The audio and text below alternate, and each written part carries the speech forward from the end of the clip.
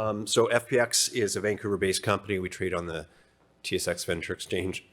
Excuse me. We're focused on the advancement of the Baptiste nickel project located in central BC. We think in the fullness of time, this will be viewed as the most important sort of new nickel deposit in Canada since the discovery of Voisey's Bay. The next major milestone, as John mentioned, is the production of a preliminary feasibility study, which we expect by September of this year, and thereafter moving into feasibility study and getting into the environmental assessment process. We believe this project can be delivering nickel units to the market by the end of this decade. The PEA that we completed on this project in 2020 showed it would be one of the largest nickel mines in the world, producing at one of the lowest costs and having one of the lowest carbon footprints. And ultimately, we think this project can be, a model for modern project development in the mining industry, one that is really founded on a sort of a partnership model with local communities, First Nations, one that gains government support and ultimately sits in the hands of a much larger company than ours, and that would be the ultimate exit point for shareholders. On the point of government support, I think it's important to note we were the only junior mining company that was invited to attend the launch of the federal government's critical minerals strategy in December of last year. We're also recently invited to attend a trade mission to Japan with Minister Wilkinson. And I think that speaks, to some of the unique insights we're getting into some of the funding opportunities for projects like ours from the federal government here going forward. As I mentioned, the project is located in BC. We ultimately think these nickel units will be delivered into the electric vehicle battery market. The icons here are showing the battery plants that are either currently operational or planned to be constructed in the years to come. These battery plants will increase in number. The unique opportunity with Baptiste, owing to its mineralization, which I'll get into in a moment, is the ability to develop a fully integrated nickel operation where we can produce, we can take nickel in ore to nickel in concentrate to nickel in battery grade nickel sulfate without having to deal with a smelting intermediate step. That really speaks to a few things. One, it will drive very low cost of nickel production for that market, very low carbon footprint due to the reduction in the number of transport stages associated with that, with multiple stages of processing and refining. And finally, also speaking to traceability, which is very important for battery makers and car makers globally. We're located about 80 kilometers just to the west of Mount Milligan. Milligan is a very similar scale operation to what we have in mind, has been in production now for about 10 years. Large open pit bulk tonnage operation, large mill, large tailings facility. Similarly, the Blackwater project, which is about 200 kilometers south of us, is awaiting its final permits from both the province and the federal government here in the first quarter of 2023. We think that's going to send a very strong signal as to the permittability of these large-scale projects in this province. Importantly, our project sits on the traditional unceded territories of the Klassen and Binche-Wuten First Nations. We have agreements in place with them, and we work hard every day to earn their trust and work towards collaboration towards responsible development of the project. Baptiste sits within a larger footprint project. Overall, it's called Descartes. You see Baptiste here in the foreground. Almost all of the exploration work to date has been really focused on delineating Baptiste as one of the largest nickel deposits in the world. We have also done drilling at a new target in recent times over the last 2 field seasons at the Van target. The quick takeaway on Van is that it appears to have the potential to be just as large, if not larger, and higher grade than Baptiste. But for the time being, the company's focus will really remain on Baptiste and moving it forward to that construction decision as quickly as possible. The nickel mineralization here is unique, and it really speaks, I think, to a bit of the disconnect we see in our value versus peers in the market. This is not a sulfide and it's not a laterite. The nickel is hosted in a mineral called awaroite.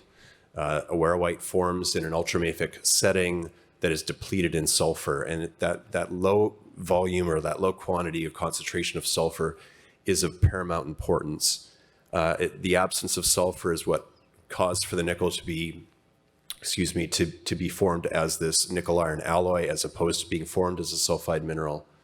Awaroite is highly magnetic and therefore has significant metallurgical advantages over sulfide minerals, sulfide nickel minerals. I believe the market for a long time has viewed the metallurgical aspect of this project as being one that is inherently risky. This is the first awarenite deposit of this scale to be discovered anywhere in the world. And the mining industry is often the race to be second, never the race to be first. We are the first to be advancing a project of this nature, and we take the kind of that view around the metallurgical risk very seriously. That has culminated recently with the completion of a pilot plant demonstration of the flow sheet, which I'll show you in a moment. That pilot plant work has been very confirmatory of all the bench scale work that we've done in recent years. And we've gone from the point, I think, where we have to sort of defend the metallurgical performance of this mineral and can actually play offense and really highlight that there are distinct advantages here for lower cost, higher recoveries than what is typical in some of the low-grade ultramafic nickel sulfide deposits that are seen as our peers in Canada. At the risk of getting too far down the technical rabbit hole, I think it is important to talk through the flow sheet here to look at how we can take a high volume of relatively low-grade nickel, about 0.22% nickel, and quickly upgrade that using that magnetic characteristic of the mineral, so that through 2 stages of magnetic separation of the process feed, stage 1 and stage 2, we can reject about 95% of the feed mass to tailings. And what remains is an extremely nickel-rich magnetic concentrate, 6,000 tons per day of 2.5% nickel. That is a world-class feed then into a flotation, standard flotation cells to then produce a very high-grade nickel concentrate where the nickel content is in excess of 60%. What do we do with that product? Again, the absence of sulfur here is critical. Sulfur in nickel sulfide concentrates typically necessitates a smelting stage, and that is where mining companies typically, suffer a tremendous value loss when they have to sell nickel concentrates to third-party smelters. In our case, we have the ability, given the low sulfur content and the low content of other deleterious elements, to bypass smelting altogether and to go directly into the high-value end uses, whether in the stainless steel market or in the battery market. And in both cases, that ability to bypass the smelting stage yields to significantly higher payabilities, and that speaks to the bottom line of the project economics. The holy grail of nickel production currently is the production of nickel sulfate, or NiSO4. Again, this may be a bit small on the screen here for you all to see. The main takeaway is to know that the production of nickel sulfate is a very complicated affair, whether you're dealing with laterite ore from places like Indonesia or sulfide ore from places like Sudbury or Russia. There are many stages of processing and refining. Oftentimes, this involves transport between many different facilities, between many different transnational borders. In our case, we can control this entire supply chain from nickel in the ground to nickel in concentrate to nickel and battery grade sulfate right here in the province of British Columbia.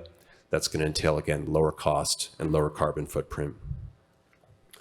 Just as important as where these projects sit on the cost curve today, I think, is where they sit on the carbon curve. This is a key theme, I think, for all the battery metals, but I think it's also going to be applied to gold projects, et cetera, going forward. The dirty secret of the electric vehicle industry is that it's a highly carbon intensive business to produce batteries. You can see that the nickel that comes out of places like Indonesia and the Philippines, they emit upwards of 70 tons of CO2 for every ton of nickel produced. We, again, in Canada, have the great benefit of leveraging the hydroelectric infrastructure in provinces like BC, and our carbon emissions will be very low, among the lowest in the world at 2.4 tons of CO2. So we spend a lot of time talking to battery companies, to car companies. This element is a standout element that really piques their interest in this project. And it really is interesting. As a relatively small company, $100 million market cap, there's not a week that goes by that we don't have update meetings with some of the largest car makers in the world about their interest in gaining access to these nickel units going forward. A couple of slides just to show how we stand out, I think, in the peer group of other nickel projects out there. There are not a lot of advanced stage nickel projects outside of Indonesia or in the Western world. This screen just about covers all of them.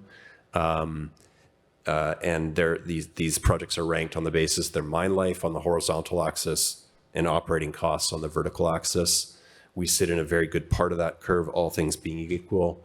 You want to be low cost, long mine life, and our Baptiste project sits very nicely there, particularly in the context of the other large low-grade bulk tonnage nickel deposits out there that could be of interest to major mining companies.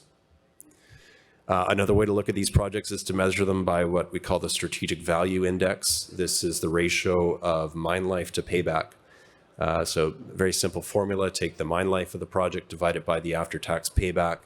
And this is a way to really show how economic the project is over the long term in a way that is maybe not quite well captured by NPV and the discounting effects that are implied by NPV. I'd invite you all to use this metric going forward as a way to evaluate different projects going forward. It's a very powerful tool, and you will find that the best projects in the world tend to have the highest ratio in this regard.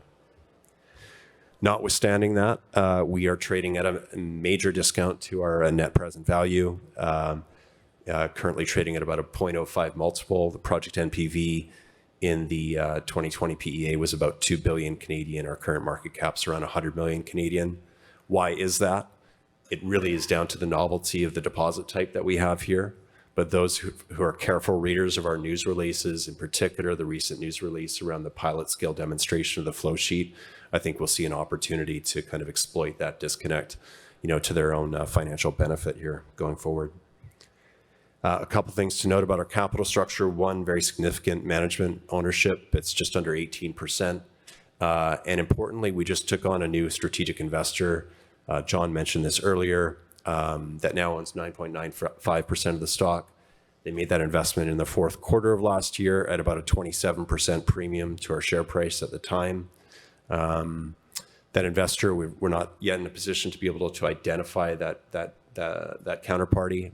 However, I think there may be opportunities here in the not too distant future for that identity to be revealed. And when that identity is revealed, I think you will probably have, if you've taken advantage of looking at the stock ahead of time, that could be something that pays off for you.